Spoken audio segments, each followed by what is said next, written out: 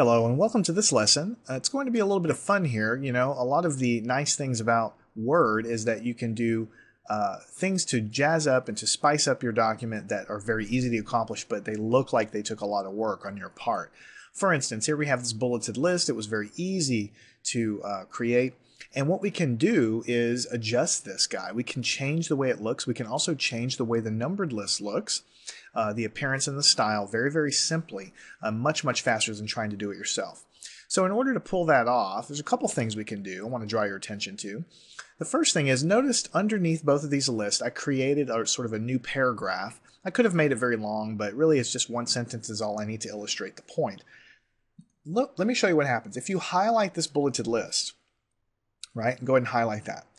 Notice that when I click on, notice the indent stops here. This one here, when you hover over it, says first line indent, and this one, when you hover over it, says left indent. That's the square that's hanging there under there. When I click off onto this paragraph, notice that those two items change locations. So Word is keeping track of the indent stops for the regular text and the indent stops that are part of this list and the indent stops that are part of this list down here. So if I highlight this and I start dragging the bottom one, I can shift this list all the way over if I want, right? That the bottom one basically determines where the list is going to be, right? And the top one is going to determine the spacing between the bullet and the word. So you don't have to put spacebar. You know, a lot of times I used to get really frustrated years ago when I was learning Word, you know, trying to put spaces here and keep them all lined up. And, you know, they've really just done a good job making it easy to use. So for instance, if I want to shift it over and then grab this one and bring it closer, I can make my list look like this very, very simply. I can also grab the bottom list here if I want to, some crazy reason, I don't know why, but if I wanted to shift this one over and then shift this one over, or maybe I wanted to have a broader spacing, I could certainly do that. And notice that in either one of these cases, I've adjusted this without touching the text that is below or the text that is above.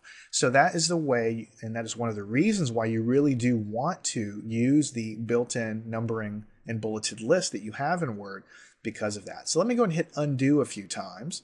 We're just going to put everything back sort of where it was to begin with, because the next thing I want to show you is how to further change the way this bulleted list looks.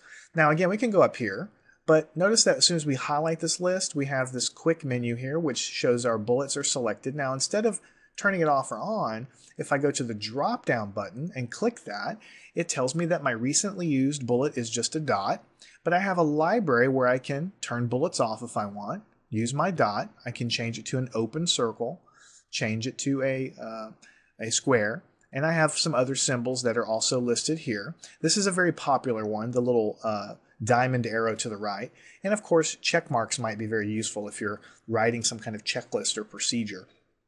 So you can easily click and select any of these, but you can also go and define a new bullet. So when you click this item, then a dialog box pops up where I'm able to do even more. I can actually put an image, like create an image in another program and use it for my bullet. I would click that and I could browse from a file or go and look online. And so on. But typically what you're going to do is use the built-in symbols on the computer. Look at all of these symbols that I have the ability to select. I can use, you know, these kinds of diamonds if I wanted to change it, or maybe like a spade or something. If I hit OK, right, then I can go and hit OK again, and the list changes like that.